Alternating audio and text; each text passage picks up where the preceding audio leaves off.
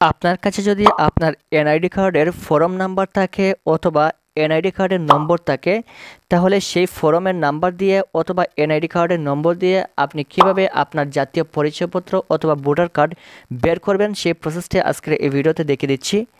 বরাবরের মতো আপনাদের সাথে রয়েছে মাহমুদ। প্রতিনিয়ত আমাদের চ্যানেল থেকে এরকম প্রয়োজনীয় সকল ভিডিও পাওয়ার জন্য চ্যানেলটি অবশ্যই সাবস্ক্রাইব করে রাখবেন। Thank you so much. তার জন্য আমরা প্রথমে চলে আসব গুগলে অথবা ক্রোম ব্রাউজারে।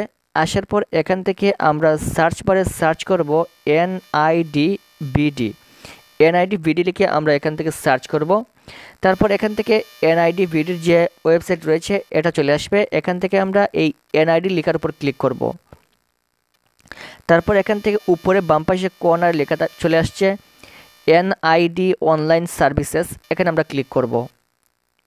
তারপর এখান থেকে রেজিস্টার করুন এই অপশনে আমরা ক্লিক করব।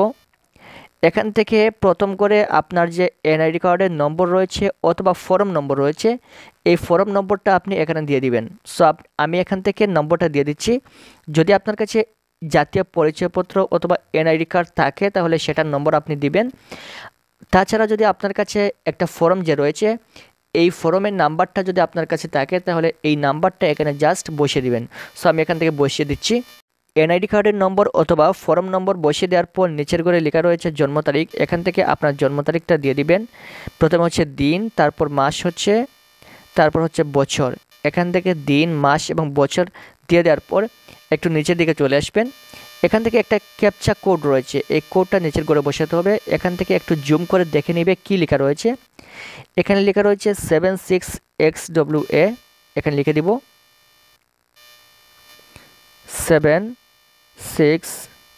ছোটো হাতের এক্স তারপর WA দিয়ে দেওয়ার পর এখান থেকে সাবমিট অপশানে ক্লিক করব। সাবমিট অপশানে ক্লিক করার পর এরকম একটা ইন্টারফেস চলে আসবে। এখান থেকে প্রথমে বিভাগে ক্লিক করবেন, এখান থেকে আপনার বিভাগ দিয়ে দিবেন। তারপর এখান থেকে আপনার জেলা দিয়ে দিবেন। তারপর এখান থেকে আপনার উপজেলা দিয়ে দিবেন। তারপর এখান থেকে আপনার স্থায়ী ঠিকানা, প্রথমে বিভাগ, তারপর এখান থেকে আপনার জেলা দিয়ে দিবেন। তারপর এখান থেকে উপজেলা সিলেক্ট করে দিবেন। তারপর পরবর্তী অপশানে ক্লিক করবেন। এখান থেকে দেখতে পাচ্ছেন একটা ফোন নাম্বার তারা দেখাচ্ছে। যখন আপনি এনআইডি কার্ডের জন্য আবেদন করেছিলেন তখন এখান থেকে আপনি একটা ফোন নাম্বার দিয়েছিলেন। এখান থেকে আপনার ফোন নাম্বারের শেষ 2টা সংখ্যা অথবা 3টা সংখ্যা দেখলে আপনি বুঝতে পারবেন এই ফোন নাম্বারটা আপনার কাছে রয়েছে কিনা। যদি আপনার কাছে এই ফোন নাম্বারটা থাকে তাহলে আপনি বার্তা পাঠান এখানে ক্লিক করবেন। আর যদি এই মুহূর্তে এই সিমটা আপনার কাছে না থাকে তাহলে মোবাইল পরিবর্তন এই অপশানে ক্লিক করে আপনি এই নাম্বারটা পরিবর্তন করে নেবেন। সো যেহেতু এই নম্বরটা এই মুহূর্তে আমার কাছে রয়েছে, বার্তা পাঠান এই অপশানে ক্লিক করব।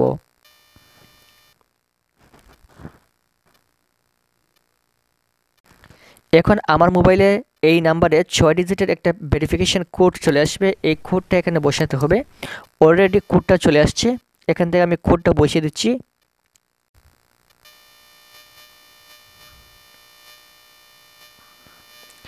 এই কোডটা এখানে বসিয়ে দেওয়ার পর বহাল বাটনে ক্লিক করব। তারপর এখান থেকে আমাদেরকে একটা অ্যাপস ডাউনলোড করতে হবে, এটা হচ্ছে এনআইডি ওয়ালেট।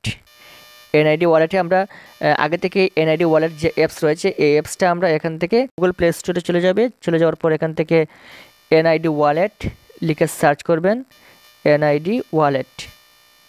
তারপর এই অ্যাপসটা আপনারা এখান থেকে ইনস্টল করে নেবেন। আমার মোবাইলে অলরেডি ইনস্টল করা রয়েছে। এটা ইনস্টল করার পর আপনি এখান থেকে আবার আগের জায়গায় চলে আসবেন। আসার পর এখান থেকে tap to open NID wallet এখানে ক্লিক করবেন। তারপর এখান থেকে এনআইডি ওয়ালেটের অ্যাপসে সরাসরি নিয়ে চলে যাবে এবং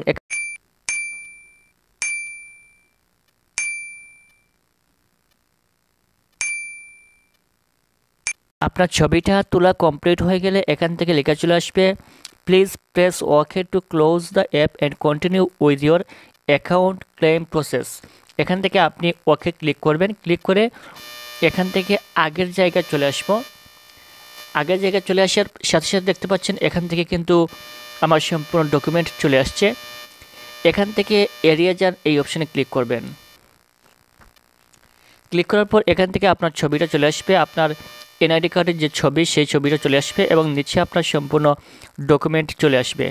এখান থেকে আমরা নিচে এসে ডাউনলোড অপশানে ক্লিক করে এই এনআইডি কার্ড ডাউনলোড করব। এখান থেকে ডাউনলোডে ক্লিক করলাম। তারপর এখান থেকে ডাউনলোড এগেন আমি আগে একবার ডাউনলোড করেছিলাম।